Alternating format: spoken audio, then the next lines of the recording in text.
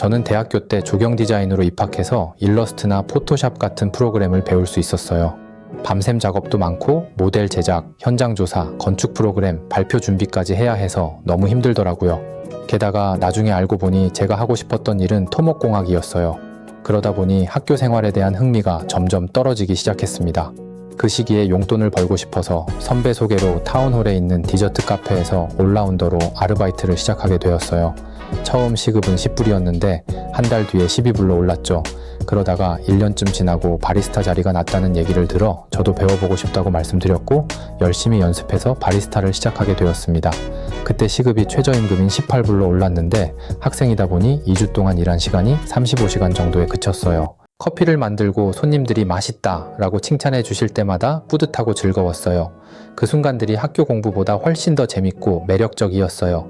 자연스럽게 갭이어를 고민하게 됐고 결국 한 학기 휴학을 결심하게 됐습니다. 휴학하고 나서는 더 다양한 경험을 해보고 싶어서 오직 카페에서 파트타임 일을 시작했어요. 그런데 그때 원래 일하던 카페 매니저님이 퇴사하셔서 저한테 매니저 포지션 제안이 왔습니다. 저는 겨우 22살이었고 매니저 경력이 전혀 없었지만 당시에 카페를 매물로 내놔서 언제 팔릴지 모르는 상황이었기에 대표님께서 3개월 동안 프로베이션을 한번 해보자 라고 말씀해 주셔서 시작했어요. 프로베이션 기간 동안 원래 시급보다 약간 더 받았고 잘하고 싶은 마음에 정해진 시간보다 오래 열심히 일하며 최선을 다하고자 노력했어요. 3개월 동안 맡은 일을 무난히 해내서 연봉 5만 불로 계약했어요. 지금 돌이켜보면 그때는 주어진 일을 따라가는 데만 집중했던 것 같아요. 주도적으로 뭔가를 계획하거나 새로운 시도를 해본 적은 많지 않았어요. 매출을 올릴 수 있는 아이디어를 내고 실행에 옮기는 게 맞는 일이었는데 현실적으로는 그저 상황을 유지하는 데 급급했던 게 사실이에요. 직원분들 시급 올려야 할 시기가 되면 제가 레터를 준비해서 회사에 제출했었는데 타운홀 렌트비가 워낙 비싼데 수익이 따라주지 않으니 일정 수준 이상으로 시급을 올리는 게 어렵더라고요. 그래서 미안한 마음이 참 컸어요. 매주 작성하던 리포트에도 변명 같은 내용이 잔뜩 담겼었죠. 그 시기에는 제 자신이 많이 부족하다고 느꼈던 것 같아요. 뭔가 할 수 있는 것도 별로 없고 성과도 잘 안 나고 자책하는 날들이 많았죠. 그래도 그때의 일들이 지금은 큰 밑거름이 되었다고 생각해요. 가게가 팔리면서 같은 회사 계열의 다른 카페 지점에서 일을 시작하게 되었는데 새 매장과 집이 너무 멀어 어쩔 수 없이 이사를 하게 되었어요. 새로운 매장에서 일하면서 여러 가지 생각이 들더라고요. 아직 많이 부족하구나 싶었고 더 공부를 해야겠다는 결심을 하게 됐어요. 그러면서 창업에 대한 꿈도 키웠어요. 호스피탈리티나 마케팅 같은 걸 공부해야 할까? 아니면 작게 유통 판매부터 시작해볼까? 고민도 했어요. 그래서 몇 군데 직접 연락도 해보고 가능성을 생각해보기도 했죠. 그러던 중 문득 이런 생각이 들었어요. 내가 이 일을 시작한 이유가 커피를 좋아해서였는데 다른 곳을 타겟팅하면서 매달리고 있는 게 아닐까? 그때 다른 지점에서 일하던 형이 로스팅도 한다고 했던 게 떠올랐어요. 그래서 망설임 없이 그 형에게 연락을 해봤죠. 로스팅이 너무 궁금해서 혹시 로스팅할 때 옆에서 구경해도 될까요? 라고 여쭤봤더니 흔쾌히 초대해 주셨어요. 메릭빌에 있는 로스트빌에서 로스팅을 하고 계셨는데 직접 보니까 흥미롭더라고요.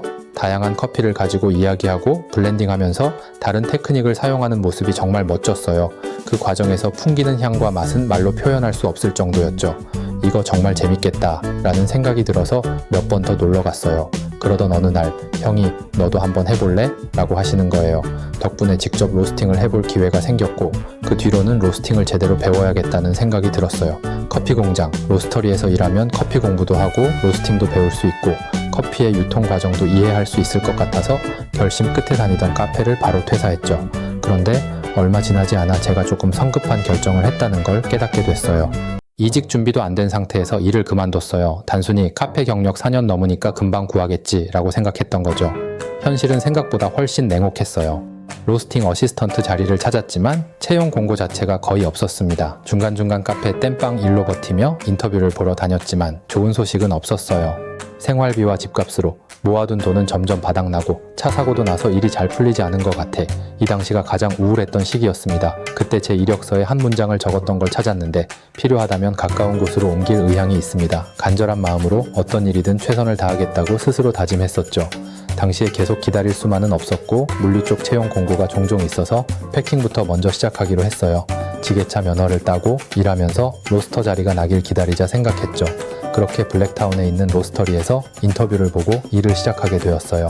원두 포장하고 주문 배송 포장하고 생두 관리, 지게차 다루는 거 모두 처음이라 힘들었어요. 익숙해질 때까지 시간이 좀 걸리더라고요. 페이는 카페 일보다 높게 시작했고 3개월 수습 기간 끝나니까 더 올라서 괜찮았어요.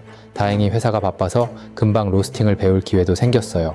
헤드 로스터에게 배우는 건 기본이고 호주 로스팅 챔피언이신 분한테도 배웠고 로스터기 공유와 위탁 로스팅도 했었어서 다른 로스터들이 오면 프로파일 공유하면서 얘기도 할 수 있었고 위탁으로 로스팅하는 브랜드별로 다른 로스팅 테크닉과 생두를 사용해 볼 수 있었어요. 그렇다고 제가 뭐 처음부터 잘했겠습니까? 로스팅 시작한 지 얼마 안 됐을 때 진짜 대형 사고 하나 쳤죠. 원두 배출해야 하는 타이밍에 생두를 살짝 투입해버린 거예요. 한순간에 벌어진 일이라 조금 들어갔기는 한데 문제는 150kg 로스팅 하다가 이 짓을 한 거예요. 손이 발발발 떨립니다. 이걸 어떻게 솎아내나 싶었는데 사장님이 괜찮다고 위로해 주시면서 다 버리자 하시더라고요. 와, 진짜 그때는 눈물 찔끔 날 뻔했죠. 팬데믹이 찾아왔어요. 격리가 시작되니까 카페 주문도 줄고 결국 로스터리에서도 인원을 줄여야 하는 상황이 됐어요. 그때 정부에서 일을 쉬면 지원을 꽤 많이 해줬거든요. 그래서 헤드 로스터는 잠깐 쉬어도 괜찮을 것 같다고 했고 저는 로스팅이 재밌고 포장이나 팔레트 들어오는 것도 혼자 할 수 있어서 풀타임으로 일하고 다른 분들은 파트타임으로 일하게 되었어요. 그렇게 하루에 1000kg씩 로스팅하고 포장했는데 생각보다 시간도 금방 가고 오히려 재밌더라고요. 가끔은 영업팀도 아닌데 내가 만든 커피를 소개하고 싶어서 주말에 영업을 하러 나가기도 했어요. 일을 하다 보니 언젠가는 나도 내 로스터리를 꼭 오픈하고 싶다는 생각이 들었어요. 근데 단순히 로스팅만 잘한다고 되는 게 아니니까 회사에서 할 수 있는 건 전부 경험해보고 싶더라고요. 그래서 영업하는 친구들이나 테크니션들에게 머신에 대해 이것저것 물어보면서 배웠고 일이 끝나고 나면 머신이나 그라인더 설치, 부품 교체하는 법도 공부했어요. 근데 호주에서 로스터리를 오픈하려면 자본이 꽤 많이 필요할 것 같더라고요. 막연하게 꿈만 꿀 수는 없겠구나 싶었어요.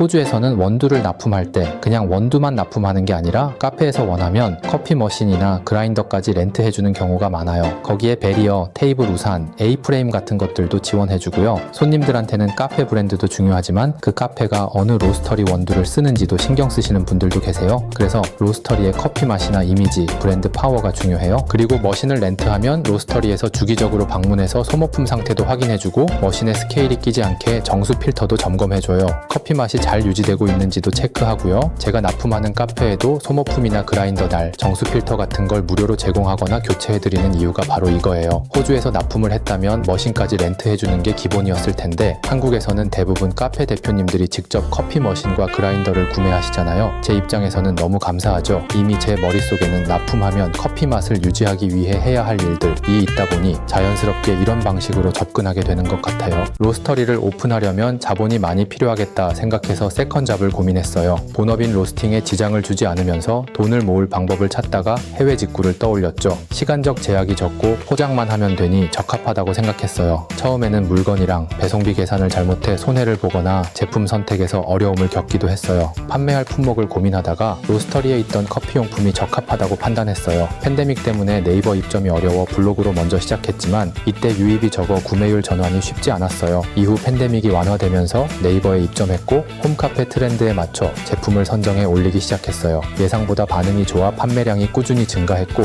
돈을 안정적으로 모을 수 있었어요. 이때 알뜰살뜰하게 돈을 모아 지금 로스터리를 오픈한 거예요. 로스터는 좋은 커피 향 맡으면서 일하는 직업이라고 생각하는 분들 많을 거예요. 근데 모두 다 그렇지 않아요. 기계 소리는 엄청 크고 생두에서 나오는 먼지 때문에 코랑 목이 맨날 답답하고 쓰러지는 생두 들어 올리려면 힘도 꽤 필요해요. 체프에 불이라도 붙으면 순간 긴장감이 확 올라가죠. 숨쉬기 힘들 때도 많아요. 커피 맛보고 공부하고 운동하면서 나름 건강도 챙긴다고 했는데 어느 순간 몸이 안 좋아지는 게 느껴졌어요. 먼지를 너무 많이 들이마셔서 그런지 아침마다 가래가 끓고 23년 초중반부터 코를 풀 때마다 피가 섞여 나오더라고요. 난 계속 커피를 하고 싶은데 이대로 괜찮을까? 진짜 많은 고민을 했어요. 11월이면 집 계약이 끝나니까 다른 지역으로 옮겨서 조그맣게 시작해볼까 생각했어요. 근데 내년이면 여자친구 비자도 끝나는 시점이라 고민이 깊어졌죠. 저는 여자친구도 너무 소중하고 커피도 오랫동안 하고 싶었기에 결심을 하고 우리 같이 한국에 가자고 먼저 얘기를 했죠. 그렇게 지금 여자친구의 고향인 제주에서 제가 원하는 커피를 만들고 소개하면서 로스터리를 하고 있는 거랍니다.